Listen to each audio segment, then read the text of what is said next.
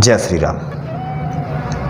आगामी माह अर्थात ज्येष्ठ की पूर्णिमा, आषाढ़ की अमावस्या और आषाढ़ की पूर्णिमा, इन तीनों में 2 चंद्र ग्रहण और 1 सूर्य ग्रहण पड़ने वाला है।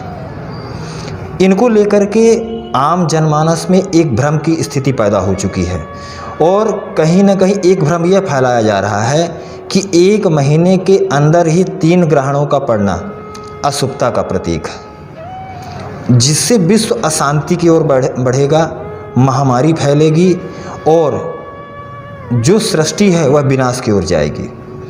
इन सारे तथ्यों पर कितनी सत्यता है, साथ ही इन ग्रहणों में से कौन से ग्रहण हमारे भारत देश पर प्रभाव डालेंगे और कौन से मान्य होंगे, आइए इसकी जानकारी हम आपको देते हैं। ज्येष्ठ मास की पूर्णिमा तिथि, इस दिन पहला ग्रहण चंद्र ग्रहण होगा। इस चंद्र ग्रहण की पूर्ण अवधि 3 घंटे 18 मिनट की है। इस चंद्र ग्रहण का प्रारंभ 5 जून की रात्रि अर्थात 11:15 पर प्रारंभ होगा। मध्य यह रात्रि 12:54 और इसके पश्चात समाप्ति काल अर्थात मोक्ष 2:34 पर समाप्ति हो जाएगी। यह चंद्र ग्रहण उपछाया है, जिसके कारण लोगों के बीच में सामान्य चंद्र ग्रहण वाले चांद के बीच में अंतर करना बड़ा मुश्किल होगा।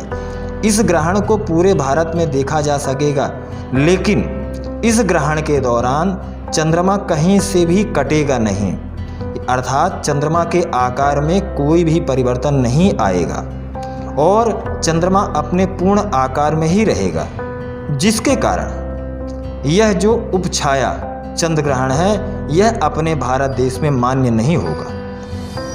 और यह चंद्र ग्रहण की वजह से चंद्रमा का रंग जो है थोड़ा सा मटमैला कलर का होगा, बाकी इसका अन्य चंद्रमा पर कोई असर नहीं होगा।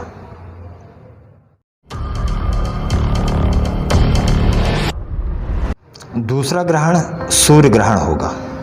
यह आषाढ़ कृष्ण पक्ष की अमावस्या अर्थात 21 जून को होगा और यह भारत देश में मान्य होगा। इस ग्रहण का प्रारंभ अर्थात स्पर्श सुबह 10:09 पर प्रारंभ होगा। मध्य इसका होगा 11:47 और मोक्ष काल जो है 1:36 तक, अर्थात यह पूरा जो ग्रहण है 3 घंटे 27 मिनट का है। यह ग्रहण अपने भारत देश में मान्य होगा और इसका यम नियम सूतक सबको पालन करना होगा। यह सूर्य ग्रहण पूरे भारत देश में मान्य होगा और इसका यम नियम सूतक काल सभी पर लागू होगा। यह ग्रहण विशेष तौर से मृगशिरा और आद्रा नक्षत्र तथा मिथुन राशि मंडल पर मान्य है। अतः इन नक्षत्र राशि वालों को ग्रहण का दर्शन नहीं करना चाहिए, बल्कि अपने इष्ट देव की आराधना, गुरु मंत्र का जाप एवं धार्मिक ग्रंथ का पठन और मनन करना चाहिए। मेष राशि, सिंह राशि, कन्या राशि, मकर राशि के लिए यह सूर्य ग्रहण दर्शन करना शुभ होगा, लेकिन वृषभ, तुला, धनु, कुंभ राशि के लिए यह सामान्य फलकारक होगा एवं मिथुन, कर्क, वृश्चिक और मीन राशि के लिए यह दर्शन अशुभ कारक होगा।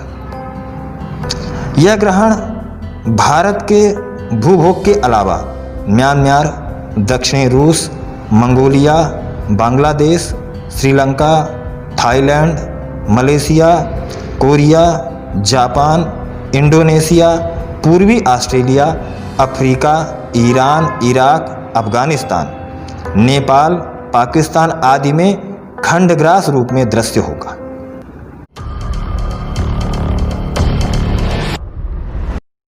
तीसरा ग्रहण चंद्र ग्रहण होगा, जो आषाढ़ी पूर्णिमा अर्थात 5 जुलाई को होगा।